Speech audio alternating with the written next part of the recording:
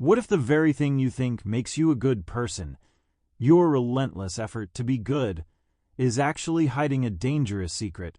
What if your need to be seen as selfless, agreeable, and perfect is quietly holding you back, draining your energy, and making you miserable? Do you constantly say yes when you want to say no? Do you hide your true opinions to avoid conflict? Do you feel a deep sense of guilt or anxiety when you think you've let someone down, even if it was for your own well-being? If so, you're not alone. This is the good person trap. But in this video, we're not going to tell you to be a bad person. Instead, we're going to expose the 3 hidden costs of always needing to be good, and then we'll give you a practical roadmap to break free and find a more authentic, powerful, and genuinely compassionate version of yourself. This constant need to be perceived as good comes at a steep price, and the first and most profound cost is the loss of self. When your entire identity becomes built on external validation, on the approval of your parents, your boss, your friends, or even strangers, you slowly but surely lose touch with who you actually are. In psychology, this is sometimes called having an external locus of control, where your sense of worth and your decisions are dictated by outside forces rather than your own internal compass. You become so skilled at reflecting what others want to see that you forget what you look like when no one is watching. Your own voice, your own desires, your own boundaries, and your core values become a distant whisper, drowned out by the loud demands of everyone else. You might be the perfect employee, the endlessly accommodating friend, and the flawless family member, but when you're finally alone, you're met with a quiet but terrifying question. Who am I when no one needs anything from me? The person you were meant to be gets buried under the persona you feel you have to be. And this brings us to the second hidden cost, which is the slow and steady buildup of resentment. It's a cruel irony that the very people you are trying so hard to please often become the unintended targets of a deep-seated bitterness. When you consistently suppress your own needs and feelings, those emotions don't simply vanish. They have to go somewhere. Instead of being expressed in the moment, they get stored away, piling up like a secret reservoir of anger. That polite, "Yes, you forced out today," becomes the silent, internal whisper of tomorrow. "How could they not see I was struggling?" Or, "Why am I always the one who has to sacrifice?" This resentment is incredibly toxic because it cannot be contained forever. It inevitably leaks out, but rarely in a healthy or direct way. It surfaces as passive-aggressive comments, as a sudden and unexplained emotional withdrawal, or as a low-level chronic irritation that colors all your interactions. You might find yourself snapping over a minor inconvenience, or feeling a wave of bitterness when the favor you did isn't reciprocated. The people around you may feel the shift, but not understand its source, creating distance and confusion in your relationships.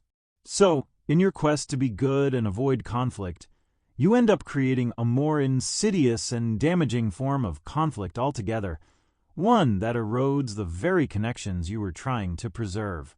Finally, this pattern of behavior sends a clear, unintended signal to the world, which is the third hidden cost. You effectively invite exploitation. It's a difficult truth to face, but when you constantly demonstrate that your own time, energy, and needs are secondary, you are teaching people to treat them as secondary. The world often takes you at your own valuation. This doesn't mean that everyone is intentionally malicious. Rather, they are simply responding to the cues you are putting out. You naturally attract individuals who are more than happy to have their needs met, while subconsciously repelling healthy, reciprocal relationships where give and take is balanced. Being a yes person doesn't earn you genuine respect. It merely earns you more requests. You become pigeonholed in your roles. In the workplace, you become the reliable one who can always handle the extra load, not the promotable one with clear boundaries and strategic focus. Among friends, you become the understanding one who never complains, not the one whose needs and struggles are considered with equal priority. People begin to expect your flexibility and your self-sacrifice as the norm, and any attempt to later establish a boundary is seen as you being difficult or letting them down. In striving to be universally liked and helpful, you ironically set yourself up to be taken for granted, draining your energy in relationships and situations that offer very little in return. Now, hearing all of this might feel a bit discouraging, as if the only alternative is to become someone who is selfish or uncaring. But that's not the case at all. The goal here isn't to stop being good. It's to shift from a compulsive goodness to an authentic one. There is a profound difference. The version of good we've been discussing is often born from a place of fear. Fear of conflict, fear of rejection, fear of not being enough. It's a reaction to external pressures. Authentic goodness, on the other hand, is something entirely different. It is a conscious choice rooted in your own values and a sense of self-respect. It comes from a place of internal strength, not external anxiety. Think of it this way. Is it truly kind to say yes when you genuinely mean no? Is it compassionate to make a promise that you know, deep down, you will resent keeping? That version of goodness is actually built on a fragile foundation of dishonesty, both with yourself and with others. True strength and integrity come from aligning your actions with your authentic capacity and your true feelings. It means extending the same kindness and understanding to yourself that you so freely offer to everyone else. This isn't about building walls. It's about building a solid core from which you can engage with the world in a way that is sustainable, genuine, and ultimately far more powerful. So, how do we begin to make this shift from compulsive compliance to authentic goodness? It starts with a few practical, manageable steps. The first and most important step is to practice conscious self-awareness. This means creating a moment of pause between a request and your response.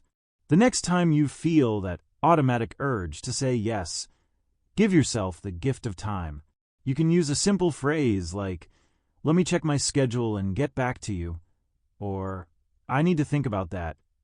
In that pause, you create a sacred space to check in with yourself. Ask yourself two powerful questions. What do I truly want in this situation? And what would be best for my well-being? This simple act of pausing interrupts the autopilot of people-pleasing and allows your own voice to be heard. Once you've checked in with yourself, the next step is to learn how to set and communicate gentle boundaries. It's crucial to remember that a boundary is not a wall designed to keep people out. It is a gate that allows you to manage what enters your life in a way that preserves your energy and peace. You can say no gracefully while still being kind. Try using phrases that acknowledge the request while honoring your own limits, such as, "I really appreciate you thinking of me, but I can't take that on right now," or "I'm not available for that entire project, but I'd be happy to help with this specific part." This approach is not about rejection. It's about defining the terms of your engagement in a respectful way. To build a stronger foundation for these decisions, you need to rebuild your connection to your own desires. Many chronic people-pleasers have lost touch with what they genuinely want. A powerful way to rediscover this is to keep a simple want versus should journal. For 1 week, each day make 2 lists. One list is for things I feel I should do, and the other is for things I genuinely want to do. The goal here is not to abandon all your responsibilities, but to consciously recognize the difference between obligation and desire. This practice slowly reintroduces your own wants into the equation, helping you make choices that are more aligned with your authentic self. Finally, and perhaps most importantly, is to embrace the concept of good enough. Perfectionism is the engine that fuels the good person complex. It's the belief that you must be flawless to be worthy of love and acceptance. The path to authenticity requires you to challenge this directly. Allow yourself to be messy, to make mistakes, and to sometimes disappoint others. It is in our imperfections that we connect as real, relatable human beings. Striving for good enough liberates you from the exhausting prison of perfection and opens the door to a life that is not only more genuine, but also far more joyful and connected. So, we've seen that the relentless pursuit of being good in the eyes of others often comes at a tremendous hidden cost. It can cost you your connection to yourself, fill you with a quiet reservoir of resentment, and inadvertently invite others to take you for granted. But the beautiful truth is that you have another choice. The path we've outlined today, practicing self-awareness, setting gentle boundaries, reconnecting with your own wants, and embracing being good enough, is not about becoming a different person. It is about returning to yourself. It is the journey of trading a fragile mask, designed to please everyone else, for the resilient and powerful reality of an authentic self. This is not a transformation that happens overnight, but a series of small, courageous choices you can start making today. And we would love to hear about your journey. Which of these hidden costs resonated with you the most? Was it the loss of self, the buildup of resentment, or the feeling of being exploited? Share your biggest takeaway or your own experience down in the comments below. Let's start a conversation and support each other in this. And if this message felt like it was meant for you, consider paying it forward in the most authentic way possible by sharing this video with one person in your life who you feel might need to hear this message today.